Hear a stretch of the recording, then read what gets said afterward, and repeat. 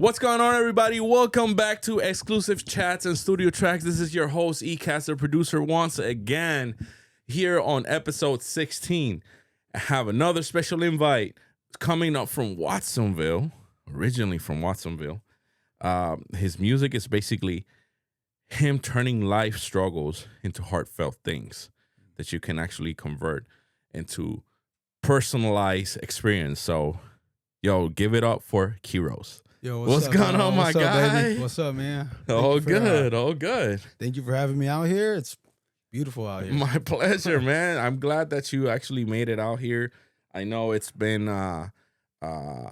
probably on your radar. Yeah, for sure. You're out there, man. I see you. I see you. Thanks, man. So it was only right to tap in. So like I said, grateful, thankful. I'm glad, man. How you feeling?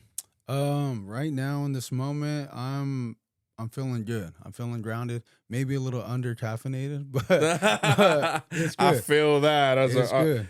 I feel that definitely. I can't move around if I don't have my coffee. There's a coffee machine there. If you, hey. I'll hook you up later. All right, cool. I like that. Yeah, man. So hey, let's go and let's express everything and tell people who KEYRØSE is. Let's go back. Tell us about your early life. All right, let's do it. So, originally I'm from Watsonville, California, born and raised to a single mother of 5. Watsonville is a beautiful environment, and it comes with its ups and downs, trials and tribulations, and basically, with that lifestyle, you just adapt to your environment. So, I wasn't into gangs or anything like that, but, my family were pretty cultured at the time. So, you were raised a certain way. It went to high school, that was probably the furthest education I got. Just because single mom, I want things for myself and I'm not able to do that without making any money. So at a young age, I was like, you know what? School is cool. I already got my high school diploma. That's all I need. I need to start working.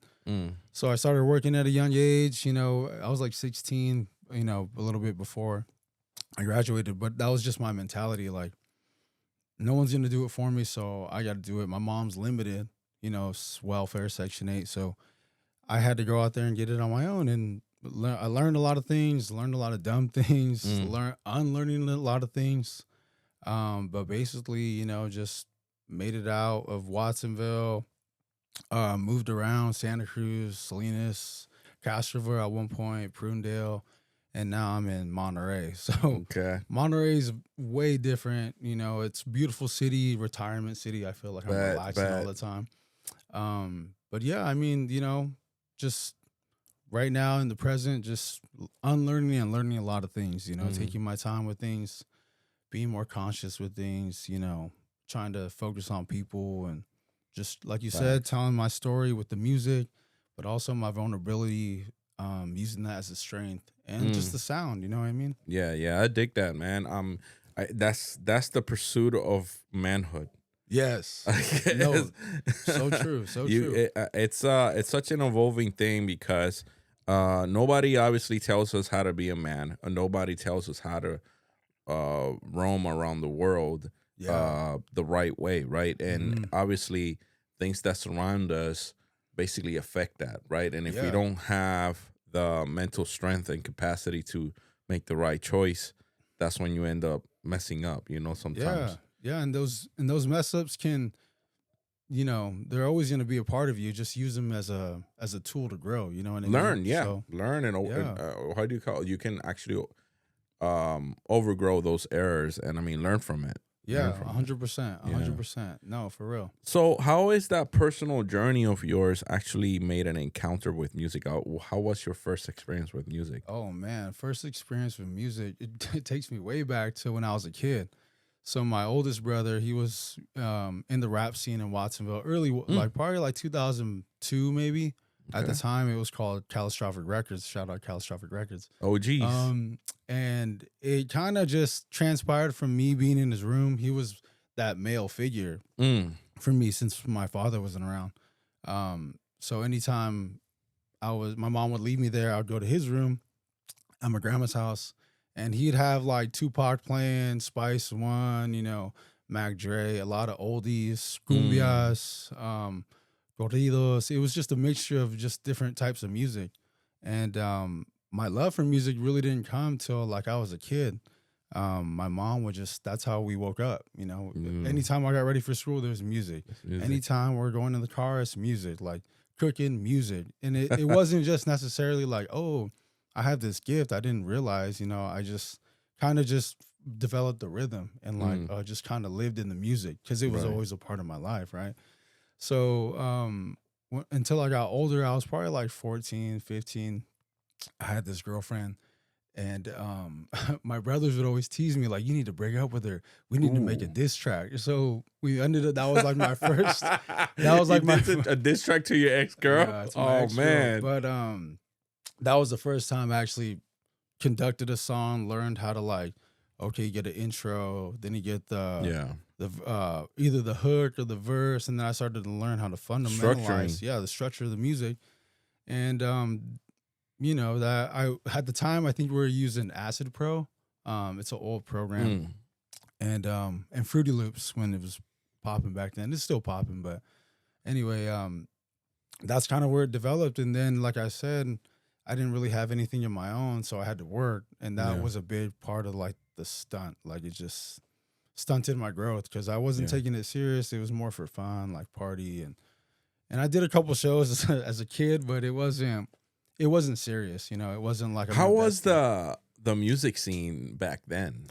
Back then, well, like the hyphy era was up, like gangster rap was up. Let me see, like 50 Cent was popping, so it's like, Many Men is playing, and, a lot of like that. The mainstream music was that, and then the underground was like Mac Dre and Keek the Sneak and Messy Marv and. So I had, the beautiful thing was I had kind of the gumbo of all of it. So you got some inspiration from that? Most definitely, yeah. It inspires me even today.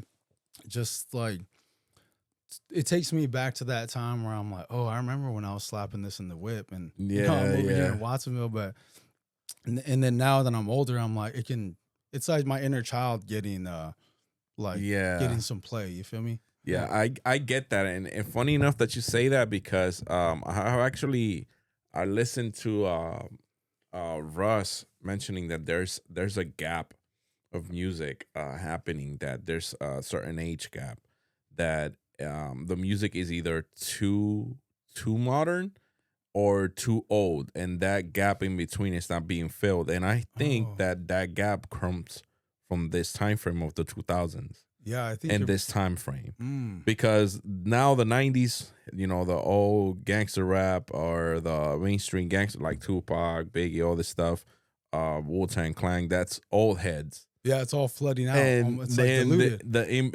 the in between is kind of like you have to give people like a good message with a more like the all-star delivery with a new type of beat. Yeah, you're exactly. Yeah. That makes sense. The same principles, just in a newer rhythm. You know what exactly. I mean? No, exactly. I feel that, and that's interesting because that just means we're aligned in the same way, like our heads in the same direction. No, that's definitely, man. So talking about influences, what mainstream artists or even underground artists kind of like influence a lot? I mean, we know that you mentioned now that obviously growing up around music, it's kind of everything. It's in a pot, right? Mm-hmm. But what are some, or who are some of those that you can handpick right away, and you think these are my inspirational influences? For sure, Kendrick Lamar. That's probably my top influence right now. Taking away from his latest, not GNX, but Mr. Morale and the Big Steppers, it was just a big vulnerability opener. Like, you can still be a man and still have flaws and still work on yourself and still make good music. You know what I mean? Yeah. So that really resonated with me a lot, and that's pretty much my inspiration peak. Then, like, I'm like a chippy. That's why I like to call myself a chippy, because I still have like Chicano ways, but I'm also kind of a hippie because I like take I Chippy, take care of my that's body. what You know what I it mean? is. Okay. So I like to like take supplements. I like to take care of myself. So with that being said, I find a lot of inspiration in like Larry June for sure. Mm, Takes care of himself. We grew up in the same era, like that Time 90s frame. era, you know. Yeah. So a lot of the slang is the same. Larry June. Let's see who else. I like this kid Miles Minnick. He's from the Bay Area. He does like Christian rap, but it's dope, super dope. Okay. With the message, super dope. Miles Minnick. I think is he the one with saying that all the way up on the north Yeah. man, I forgot. It's really From the catchy. He North did Bay the to the with South Bay, E40. dun-dun-dun. Yeah, E40 and man, Lecrae. that got hard. Dude, yeah, for sure. Miles Yeah. Minnick's dope, and then last but not least, Lecrae. He's also on that track. Lecrae. Yeah, because He's on that track. Yeah. That song is really good, man. I know the production, really good. the beat switches at the end. Yeah, oh, dude. I mean that goes to tell you that in order to do, you don't have to change your culture by switching to just gospel, or if you want to deliver a good message, you just gotta have a good music, good production, and a good delivery, right? Yeah, and be genuine. You know, Yeah, that's exactly. pretty much it. I mean, this crew that I've been following, because lately I've been, as an artist, right, I've been doing more conscious rap and stuff in Spanish, and I came across this crew called Indie Tribe. Bro, there's something else, and they're Christian rappers, but they go so hard on the beat. It's ridiculous. I'm gonna put you in. I'll show you because it's crazy, man. It's crazy. There's this dude who signed with Lecrae that Reach Records. His name's What Up RG. He's a Mexican Christian rapper out of Texas, I believe, somewhere out there. Forgive me if I'm wrong, but he does super dope music, and in Spanish too, and it is dope, super dope. Yeah, his dad got deported, and he writes a whole story. Shit's sick. Because it's real life, you know. That's funny because I've been seeing lately, like producers, like this guy, oh my gosh, Kato on the Track. I seen it. Yeah, Kato on the Track is moving from secular music to Christian rap and doing a lot more productions to Christian rapping. Yeah. And he talks about getting serious with the business. Like, what do you feel about that? Like, how do you feel about like artists? Like, when you get yourself in front of a mic, right? It's a big responsibility, right? Either you use the mic to harm or to do good, right? Yeah. And in between, I'm gonna call the love music in between, right? Because that kind of like, it's kind of like general, right? Mm-hmm. But how do you feel about when artists kind of like drop on the mic and then just not take it seriously? I mean, I guess. Because we all been there. Yeah. You know what I'm trust saying? me. I mean, a lot of like my process to make music is kind of like childlike. I'll play the beat, hum some things, what comes in my head, and then it's kind of like a playful matter. So I guess it really just depends on your intentions. Like, if you're just trying to make a song, make a good song, do some good work. You know, that's take it serious, or at least have fun in the same process. You know, I think for me, maintaining the consistency is, I don't want to lose the fun of it. Because sometimes I'm like, damn, I really need to do this, and I'll do it anyways. But then my mindset's like clouded because I'm already aggravated, you know, and I'm just like, and then I just gotta switch it up, and I'll throw some like lo-fi jazz, and I'll just go clean. You know what I mean? So it's just like I said, it's just it just depends. But I mean, honestly, if you love doing music, do it. Like, right, that's cool. I mean, right now it's so accessible. Oh yeah, you know, it's so accessible to do music, and you could do music from your phone, do music from whichever iPad. They have these little machines you don't even need a computer in it. Exactly. I'm like, dang, that's cool. cool. Technology has advanced so much that it's crazy. So yeah, man, it's definitely super convenient for everybody now to have a way to create music. No, 100%. And if you want to do music, I say you got to get a home studio. I think the home studio is so important because, like, just like yourself, if you have an idea or you can just be playing around like we're talking about, and you're like, oh, that's actually sick. Like, Yeah. oh, I like this, or that was my first big investment. Was like, all right, I started off with just a laptop, and I didn't even use it. It Yeah. was just sitting there for the aesthetic, and I'm like, dude, I gotta open this thing up. Yeah. And then one day, Danny's homie Jesse, he hit me up and came over, and that was like when we started taking it serious back in 2022. But yeah, I mean, Yeah, man, home studios for real. It's and it doesn't take much. But I do say this: if you want to make music, make sure that you don't get stuck on just laying things and leaving it there. Learn the science behind it. Learn the theory behind it, so you can actually prosper and become better. Because sometimes, people is like, no, I'm just gonna lay this down, and however it goes, that's how it goes. But if you don't continue to educate yourself, you just continue to be on a stagnant progress, and and it's not really upwards progress. It's just linear progress. You know what I'm saying? No, exactly. You don't want to plateau. You want to right. You want to tap into what you really got and what you're made out of. Of course, I mean? Of course. With the right people around you, they can make that happen. So correct. Yeah, bro. Tell me, is there any current projects that you got going on, or how is things going with the music? There's always music. I got a couple of songs with some homies of mine. I got some singles. I just copped a couple beats, so I'm trying to put together a funk tape because funk is my heart. I love funk. So I got like a little EP that's on the way. I do it all myself, so I make sometimes I'll make my own beats and put them out there, but right now it's I got this little funk tape that's humming, and there's a single that's coming out pretty soon too. But okay, try to cool beans. Yeah, is there it's a tape? Do you got a name for the project? Not yet, because it's gonna have funk in the title. I want it to come a little organically, so I just don't want to force anything, and I'm gonna let the funk speak, Yeah. Okay, cool. That's gonna be cool to look forward to, man. Honestly, soon. So tell this question I ask everybody, and it's about mental health. Mental health. I love. How's your mental health today, man? My mental health today, it can be a little better, At times, I just recently lost my mom in March, man, so I'm sorry for that. I appreciate that. So I'm just learning how to cope, learning how to do life without her, and it's a journey.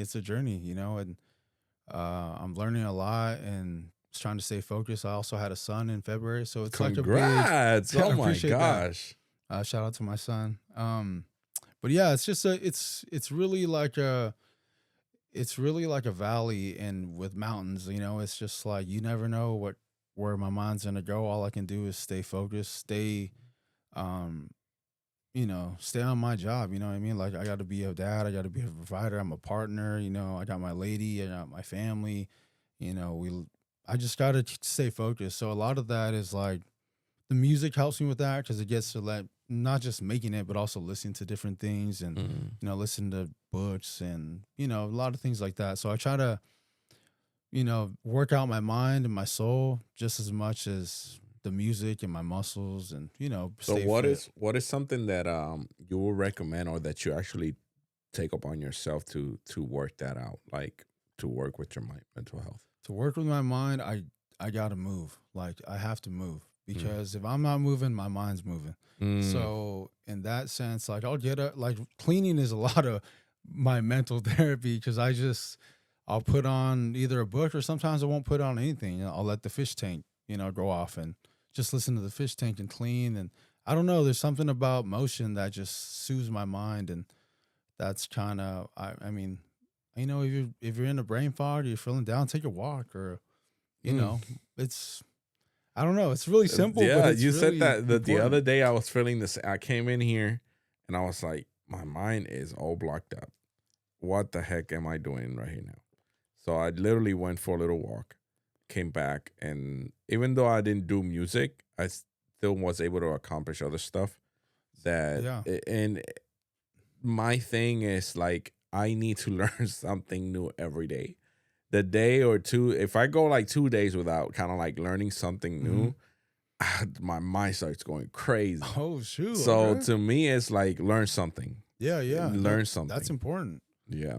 I had the same situation with music because I kind of went in just being the poet, and I'm like, all right, I didn't know anything, I didn't know nothing. Like I had to kind of self-teach myself, go on YouTube, look at different things. So that's kind of I'm in that season too where I'm like, all right, if I'm gonna touch a computer, I gotta do something new or try a trick or learn something I saw on YouTube, or whatever it is, especially with the music, and then with the mental is like learning how to control myself, my ego, my pride, all that stuff. That's a daily practice. I mean, definitely an hourly practice. What I mean? I feel you, man. I feel you, man. I definitely feel you. But yeah, I man. appreciate that. That's a good question. No, for sure, man. That's a I good definitely question. I bring that up every time because this world we're living in is hard, and our minds are so stigmatized to a standard that it's just basically drowned. They want us to just forget about it. Like it's like suck it up and drive on. Like yeah, exactly. sometimes you can do that, but other times you just need to speak your mind out. I agree because you get in that robot mode of things, and then you're just like expressing yourself. It's all getting bottled up, and then at one point you explode on the microphone. Exactly. So, man, tell me what are some look aheads that you got? We're getting into the end of this. This is kind of fast. Oh yeah, no, it's all good. I'm trying to put that tape out, work on music, and conduct I'm trying to put together an album, kind of my story. But I want more live instruments. So I don't want it to be so digitalized. I want the authenticity to be there. So that's something I'm working on. And also just creating different logos for myself. Just doing the independent thing. Right. A lot of it is just you got to do it, or you got to. No, definitely. You have to put in the time. There's no handouts. No, exactly. Unfortunately. Yeah, exactly. There's no handouts, unfortunately. But yeah, man. I mean, bro, I honestly think that you have some grit in you to make all this thing happen. I appreciate that. And Thank you. now after this, we're about to test that grit in the studio. Let's do it. We'll make something happen. Hopefully, if not, that's great. But I always give the opportunity to everybody to kind of like put their 2 cents in a little track if possible. And bro, give out to actually. Oh my bad. Go ahead. I actually got something that you might hop on that I made it. I'm kind of curious since it's because I want to do something. I have this Spanish song I'm trying to do. Okay. Well, my homie does a hook in Spanish and it came out super dope. But I won't rap in Spanish, but I want that Spanish element, like that singing, like. Let's see. It might be the first time that Ecast hop on the mic after a session, so we'll see. We'll see. But no, yeah, definitely we'll check that out, and give out your shout outs. Shout out to my family, my lady, my son. Shout out to my mom for sure, and my family. Shout out to Ecast for making this happen. Shout out to the 831 for all the artists out there. Just keep going, baby. We got this. Facts. Appreciate y'all. Thank you so much. Alrighty, my guys, people out there, please leave out your love and comments down in the description below. And if you have another artist recommendation, shoot it this way, and we'll definitely put him on the hot chair. Hell yeah. Thanks again for watching, and I'll catch you guys on the next one. Appreciate you. Juice.